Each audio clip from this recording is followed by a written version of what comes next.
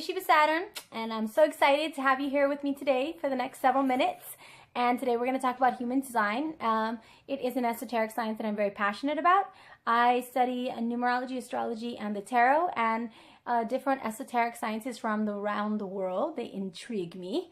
And actually, today we're going to be talking about human design, which is a newer science. Look up on the history, just Google it, because I don't want to inform or influence your opinion on the basis of how this science was formed. It was downloaded or channeled by a particular individual. And that's neither here nor there. So do your research on human design to understand for yourself how it came about.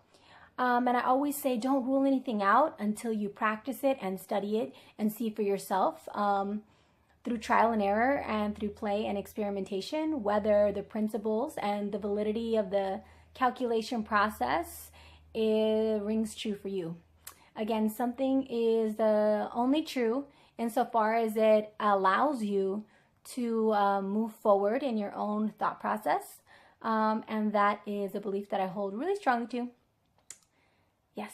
So, because what is truth really? I mean, can be true for one individual cannot be true on another.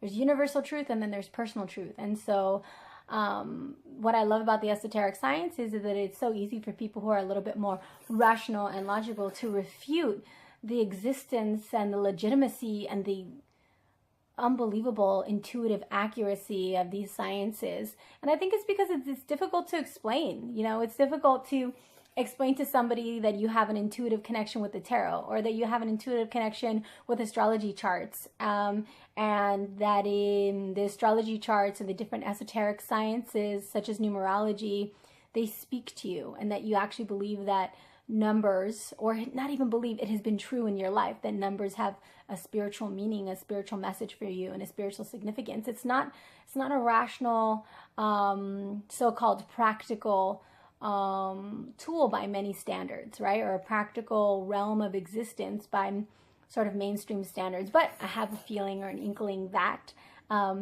if you're clicking on this link, that you're at least open to sort of seeing things a little differently.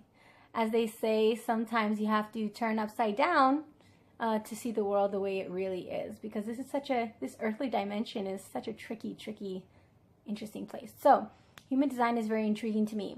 Part of what intrigues me about human design is that it's so clear-cut. In astrology, very early on in my studies, I got lost in all of the different principles that were weaved into astrological philosophy, the universal law. I didn't know, am I supposed to be emphasizing the luminary bodies like the sun and the moon? Am I supposed to be focusing on my north node and south node to sort of indicate my previous life history and now my present life history, my instruction book, my manual?